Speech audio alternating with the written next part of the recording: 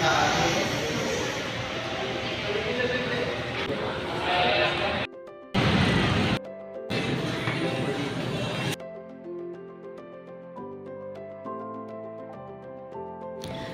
morning everyone!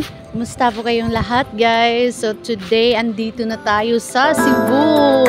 So ayan, ngayon guys sobrang dami naming pupuntahan talaga.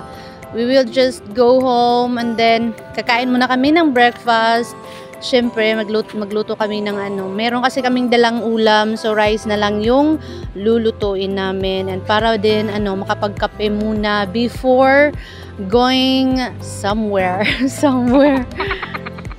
So okay lang naman guys, kahit sobrang aga aalis na naman kami kasi nakatulog naman kami sa barko, so walang problema. 'Di ba? Hindi kagaya pag airplane kasi parang na-jet lag ka, 'di ba? So pag barko walang jet lag.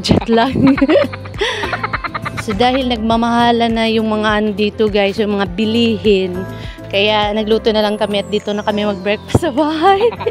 Kasi syempre yung pag may lakad kami guys, mas pag nag-taxi ka, kasi pag let's say nag-jeep ka, it will take you mga ilang minutes kasi 2 to 3 rides ganun, tapos abog kaayo.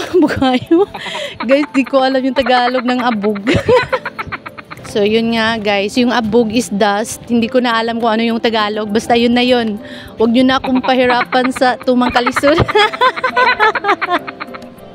So this is the place pala guys, nag-wait kami ng taxi para diretso na one ride na lang.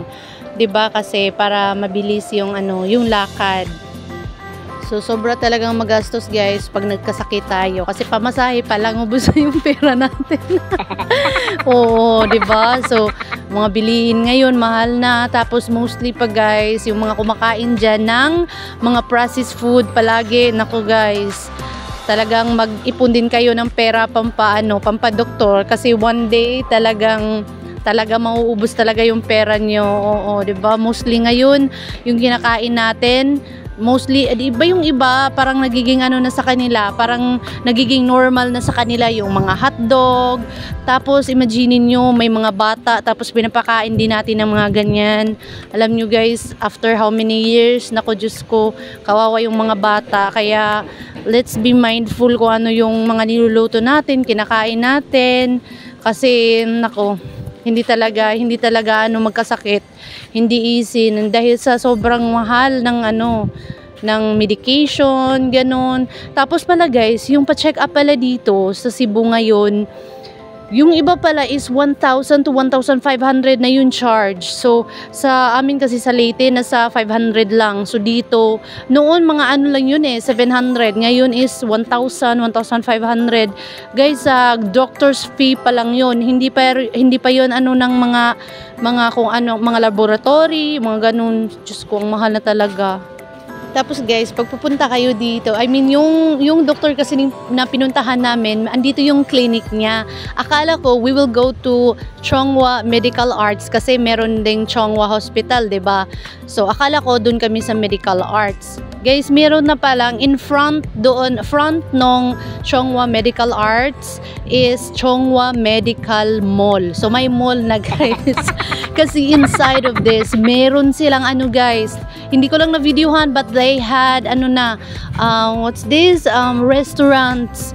And kaya lang hindi pa yung restaurant hindi pa tapos, wino-workout pa. Tapos doon sa taas kumakain mostly yung mga pasyente, hindi pasyente, yung nagpapa-check up. Doon sila guys sa kumakain. Meron silang food court something. Yes, kaya parang kaya siguro mall yung nakalagay, Chonghua Medical Mall. So while yung kasama ko guys nandoon nagpapa-check up, so gabi na kasi, I need to go to the supermarket kasi para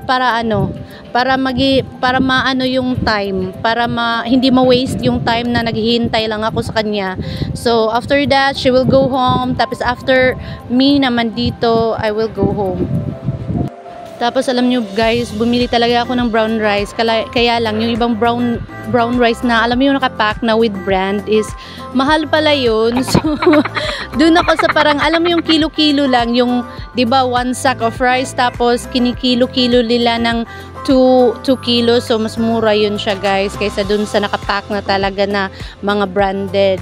Kasi mahilig kasi ako sa matatamis, so nakakaano, 'di ba, nakakabahala na, alam nyo naman, pag diabetic, maraming sakit din.